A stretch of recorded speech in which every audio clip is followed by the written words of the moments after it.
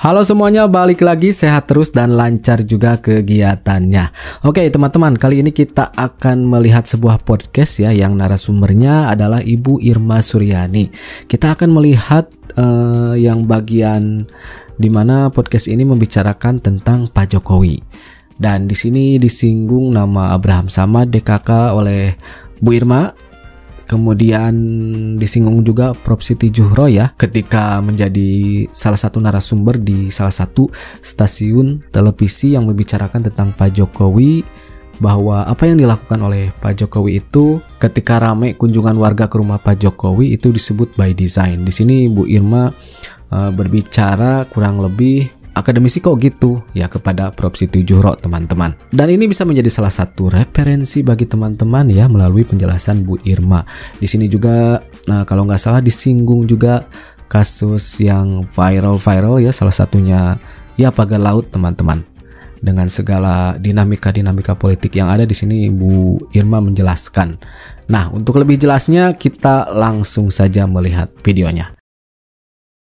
Kak Irma ini juga mungkin Kak Irma orang yang paling konsisten ya selama ini ketika Pak Jokowi itu diserang dengan cara-cara yang menyebarkan DFK ya.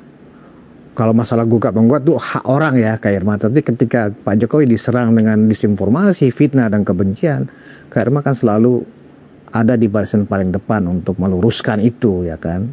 Nah, misalnya contoh yang terakhir itu Abraham Samad dan kawan-kawan ya kan melaporkan Pak Jokowi dalam konteks pagar laut supaya KPK menyeret Pak Jokowi ke pengadilan.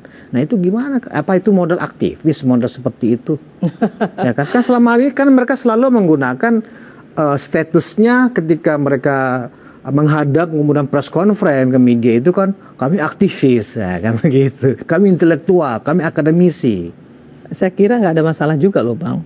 Kalau saya pribadi ya, mereka mau melaporkan juga bagi saya nggak ada masalah.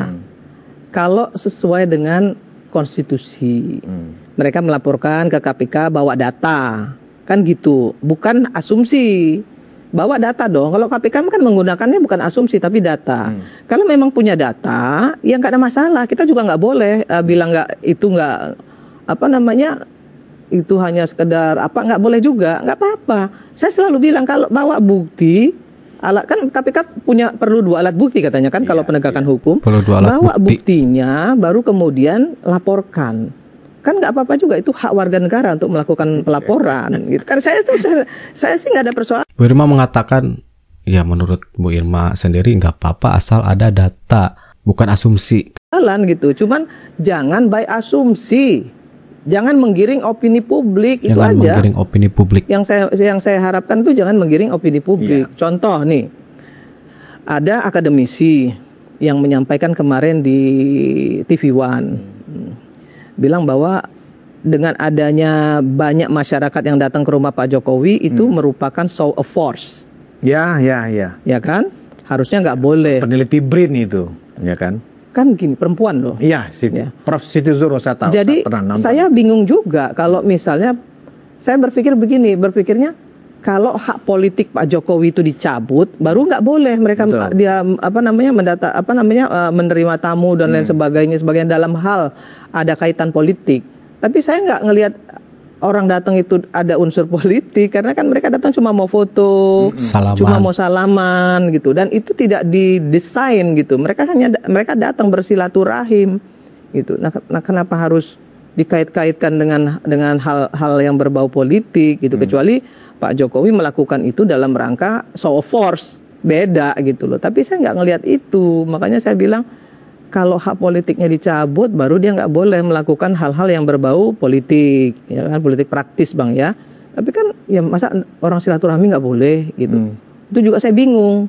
Padahal dia peneliti katanya ya. Ya saya bingung kenapa gitu, kenapa beliau bicara seperti itu. Malah itu justru kontraproduktif untuk beliau juga gitu ya. Masa seorang akademisi bicara begitu, kan tanpa itu juga fakta, tanpa data. Iya, saya tuh ada ya salah satu sahabat saya gitu dari daerah gitu datang ke sana untuk bersalaman gitu. Kesadaran itu ya? Iya, saya tanya kenapa? Ya enggak, memang seneng aja gitu.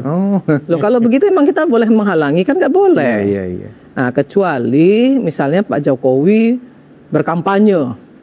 Oke. Berkampanye gitu. Itu nggak boleh untuk Gibran.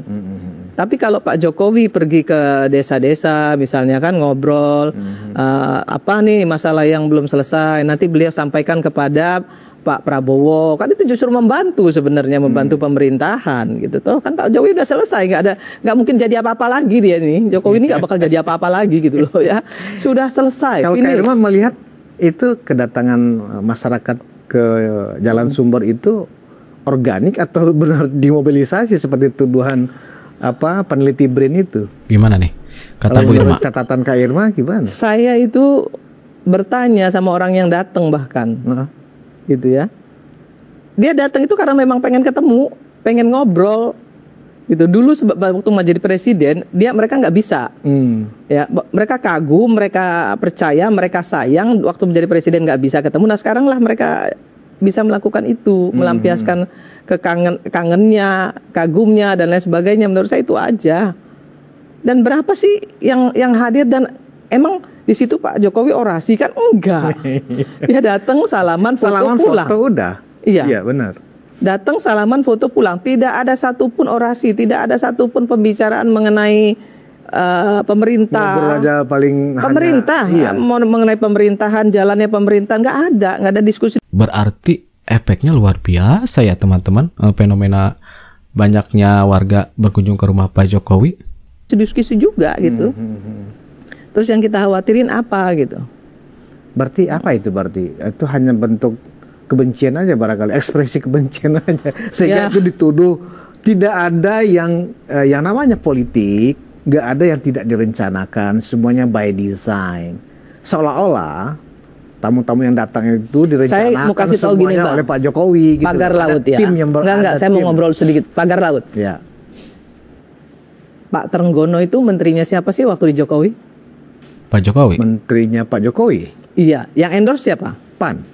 Nah, PAN kan? Kan wakil ketua umum PAN kan? Nah, kenapa Pak Jokowi yang dituduh bahwa itu orangnya Pak Jokowi? Enggak dong, orang partai politik loh. Orang berarti orang di mana siapa yang mengendorse dia? Bahlil yang mengendorse misalnya Golkar, misal nih ya. Berarti kan orang Golkar dia, bukan orangnya Prabowo. Meskipun ketika dia jadi menterinya Pak Prabowo, berarti dia adalah pembantunya Pak Prabowo yang diendorse oleh partai politik gitu loh.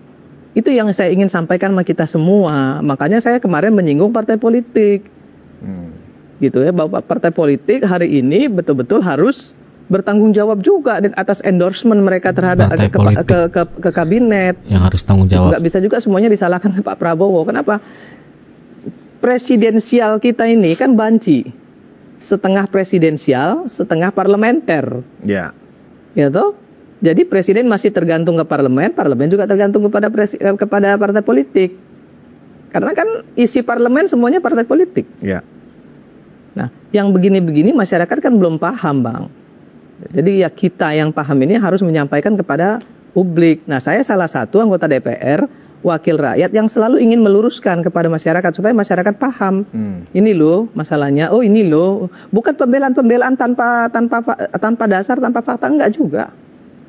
Kalau memang salah Mulyono, ya tangkap aja. Nah iya kan, kalau punya bukti kenapa enggak? Kan harus ada pertanggungjawaban juga. Iya. Gitu loh. Enggak ada masalah, tapi kan harus by data. Iya. Jangan by narasi gitu loh. Jadi selama ini mereka kebanyakan by narasi menurut Kak Irma. Ya sampai hari ini kan kita belum lihat datanya. Termasuk Fufu Fafa ya. By narasi semuanya. Nah kalau by narasi kan berarti kan itu kategorinya kan disinformasi Kak Irma. Bang, kita ini kan aktivis-aktivis itu kan orang-orang pinter. Contoh, misalnya ada yang melaporkan Pak Jokowi dengan bukti LHKPN. Anggota DPR itu sekarang ini ada anak bupati, gubernur, wali kota, mantan bupati, mantan gubernur, mantan wali kota. Ada pengusaha, ya kan? Nah, mereka kan semua punya bisnis. Di luar jadi anggota DPR, mereka punya bisnis sendiri-sendiri loh. Yeah. Nah, kalau kemudian LHKPN-nya bertambah setiap tahunnya, kan wajar karena mereka kan punya bisnis.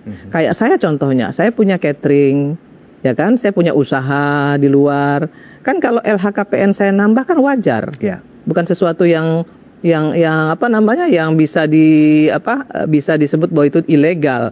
Karena apa? Karena LHKPN itu adalah laporan yang harus bisa dipertanggungjawabkan. Ya, ya. Ketika kita ngisi itu harus ada datanya. Misalnya tanah saya di sini, ini ada sertifikatnya, gitu loh. Tanah saya di sini ada sertifikatnya, nomornya sekian. Setiap tahun pasti naik tanah. Ya, Kan? kemudian penghasilan saya dari ini sekian, gitu kan. Kemudian deposito saya segini, kan deposito juga ada bunganya, tambah kan. Nah itu kan di LHKPN itu jelas sebenarnya. Jadi LHKPN itu yang bisa dipertanggungjawabkan. Nah kecuali justru gini, orang itu kaya raya, tapi LHKPN-nya rendah. Nah itu perlu dicurigai gitu. Atau ada yang mendadak tiba-tiba LHKPN-nya fantastis gitu ya. Nah itu kan ada juga. Kalaupun itu mau ditelisik nggak ada masalah. Wajar kan masyarakat juga melakukan kontrol. Iya. Ya, kalau saya sih sebenarnya nggak ada persoalan, Bang. Hanya yang saya ingin sampaikan adalah mbok kita itu belajar elegan. Itu sebagai aktivis, ya, sebagai politisi itu elegan. Kita orang yang berpendidikan, kita tahu hukum itu seperti apa, ya kan, mau melaporkan itu harus seperti apa, gitu, nggak ada masalah. Menurut mereka kan mereka sangat elegan, Kak Irma. Iya kan, nggak apa-apa juga lah mereka merasa seperti itu. Kan kita bilang juga nggak boleh juga kita bilang, lu nggak boleh ya merasa seperti itu, nggak bisa. Nah, itulah apa-apa yang disampaikan oleh Bu Irma tadi ya, teman-teman. Dari mulai tadi menyinggung Abraham Samad yang melaporkan Pak Jokowi, kemudian Prof Siti Zuhro, dan yang lainnya. Pandangan-pandangan Bu Irma disampaikan di sini ya. Ketika ditanya soal Pak Jokowi ya, Bu Irma menjelaskan bagaimana yang terjadi menurut Bu Irma. Seperti itu teman-teman. Terima kasih sudah nonton sama-sama. Nanti kita jumpa lagi di video-video selanjutnya. And that's it. Catch you later.